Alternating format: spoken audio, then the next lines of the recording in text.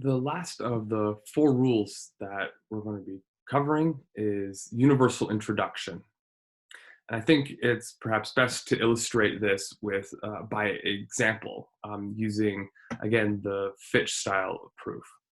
So let me switch over to Fitch. So here is an example. Let me change the size of this briefly. Okay. So here's an example of a valid argument that uses all universal quantifiers. So we see we've got the first claim, which says that all cubes are small. We have the claim that everything's a cube. And under these two assumptions, everything is then small.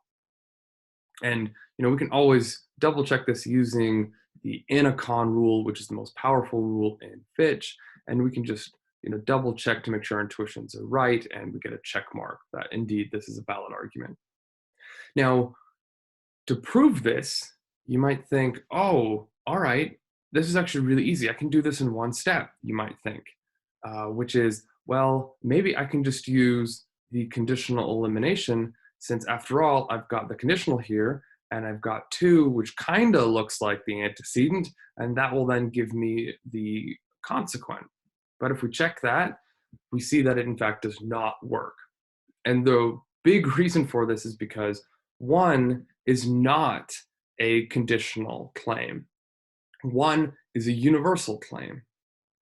So since it's a universally quantified sentence, we can't just automatically make use of that conditional arrow.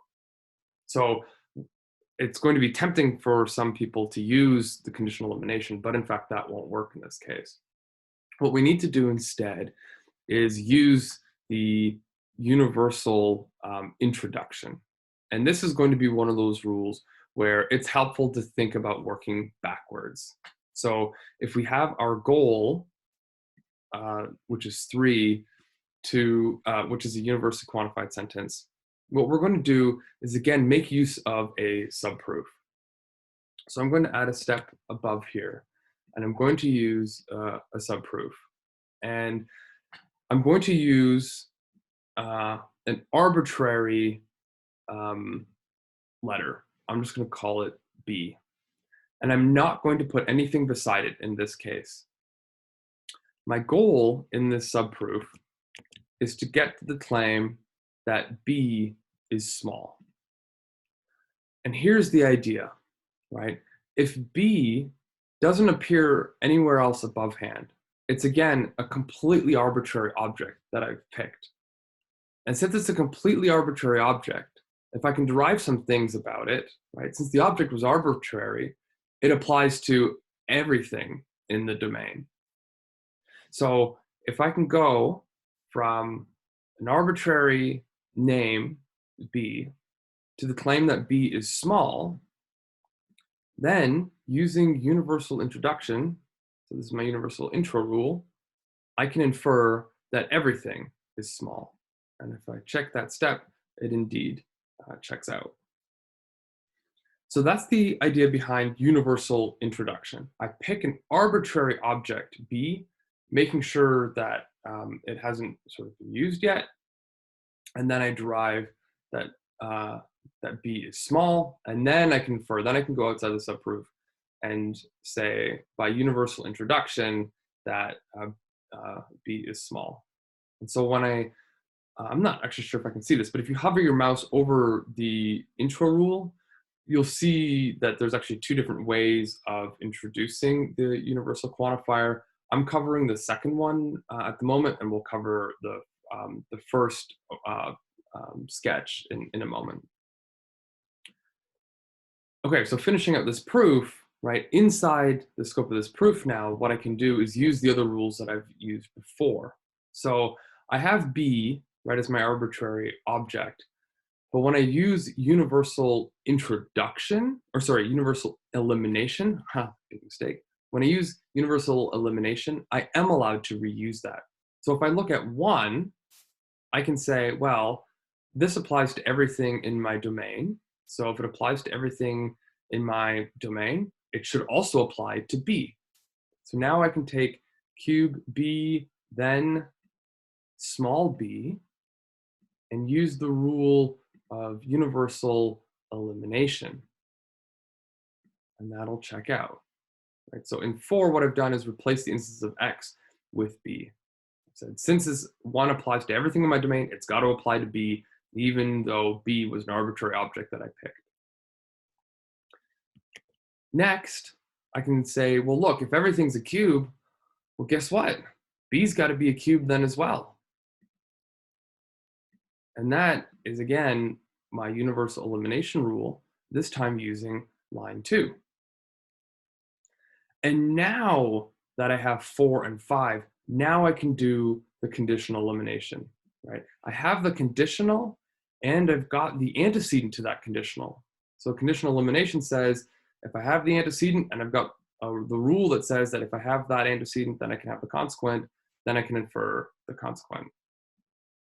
So since I have these two, by the conditional elimination, I can write down small b. And small b was my subgoal, right? I was able to derive the claim that b is small, even though I started with the claim that b was entirely arbitrary. And so this is what allows me to do the universal introduction. So when I check that step, it indeed works out. Okay, let me pause there for a moment and then give you another example that is what's called a conditional generalization. Okay, I'm actually going to build off of what we've done here. So I'm going to delete these steps and consider a different set of premises. Suppose that I have the claim that for all all small objects are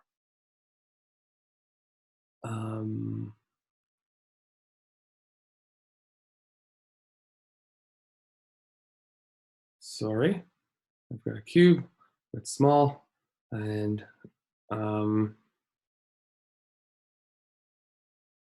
sorry, give me 1 second here. Sorry about that. I was looking for the predicate happy and I found it. Okay, so suppose I've got now these two premises. So I have every cube is small, and premise 2 says every small thing is happy.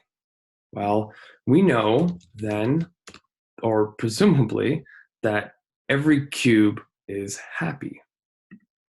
So this is presumably a valid argument, and if it is in fact a valid argument, then we should be able to provide a proof for that. And again, we can use this Anacon rule to double check to see if in fact this holds, and it does. Now, Anacon is a super powerful rule, and it allows us to sort of skip all the steps. In fact, it's not really us giving a proof at all. It's letting the machinery do all the work for us. So we're going to unpack this a little bit, and I'm going to do this by demonstrating another way in which we can use the universal introduction rule. Okay, so what I'm going to do is add some steps here. I'm going to do a subproof like we did last time. I'm going to pick an arbitrary name. So I'm going to, in this case, use B. And then last time when we did the universal introduction, what we had was the sort of goal. Now, one way to do this is to write B is a cube, then happy B. And in fact, if I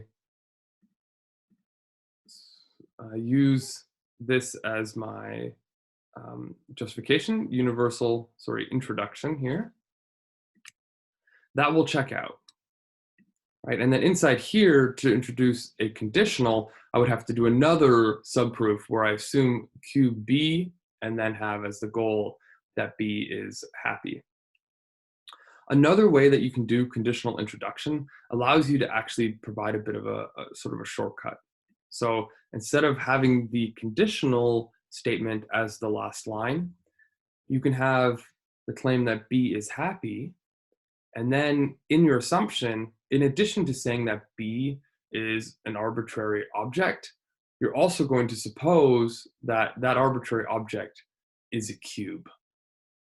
And so now what we're doing is it looks very much like a conditional proof, right? When we did conditional proofs, you have as your assumption some claim, say B is a cube, and then you've got the as a subgoal at the end of the subproof, here B is happy, and then we would say like if B is a cube, then B is happy.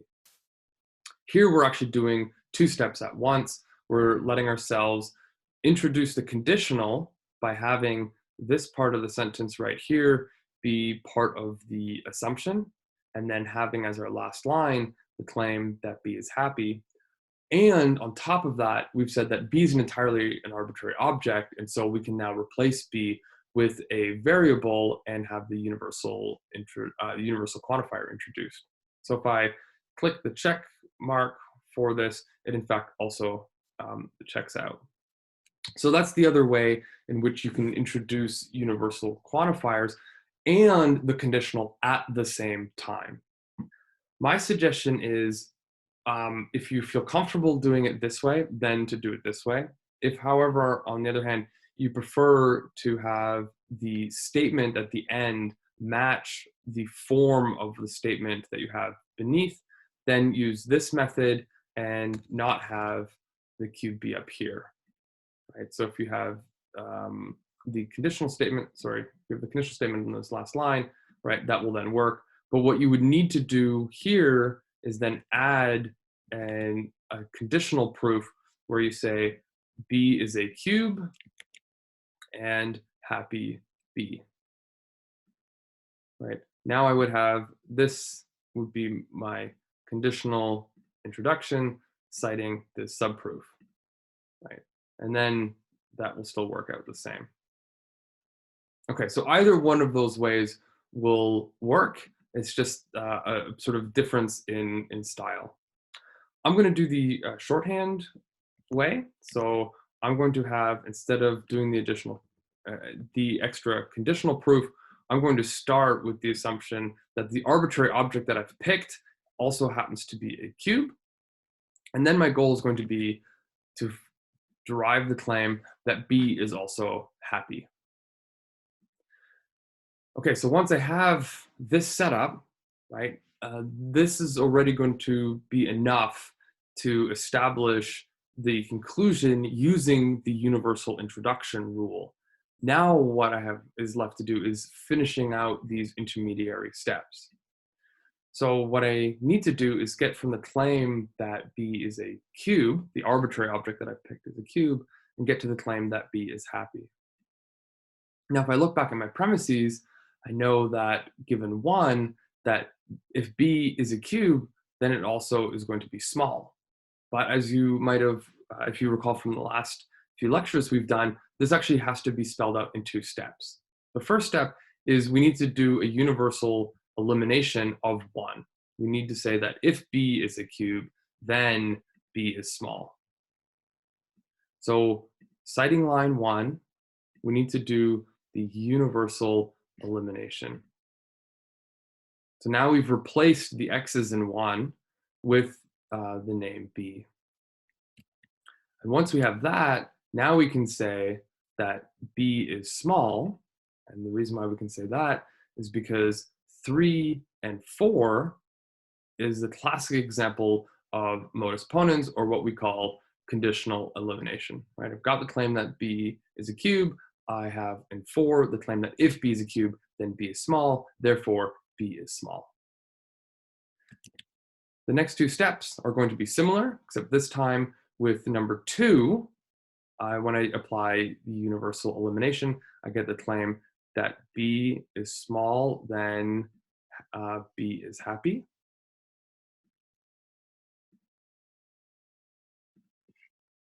From 2. And I could have, instead of using B, I could have also done any other letter, right? It's also perfectly good or perfectly okay for me to have said, say that C is small, then C is happy. I could have used universal elimination on that as well. The problem is that even though that step by itself is valid, I can't go from 7 and 5 to 8, right? If I try the modus ponens rule, so conditional elimination, and cite 5 and 7, that's not going to check out. And the reason for that is because the antecedents don't match, right? What I need is 6 instead. And if I do that, that checks out. And then if I click to check all my steps at once, I see that I, in fact, have reached my goal. Oh, sorry about that. There we go.